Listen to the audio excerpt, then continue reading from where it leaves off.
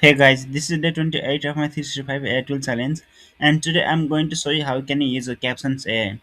So basically, Caption is mainly built for creator making reels, TikTok, shorts, talking videos. So it has so many features. The first one is auto caption. You just upload your video and it generates subtitles automatically, and it's not boring. So you can style caption like viral creator videos. You can actually do a lot with the Caption AI. So you can remove filler words, clean background noise, improve audio quality, trim awkward pause, eye contact correction, AI dubbing, AI avatar, and translate videos. However, you need a paid plan to do all of this work.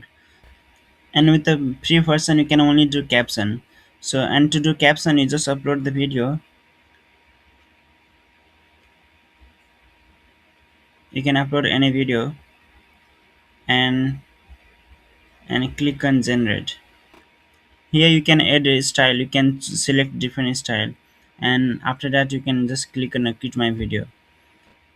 It will take some time, and once you finish the video, you can just go to the folder and watch. So for example, I did this before, and you can see. Hey guys, this is test 27.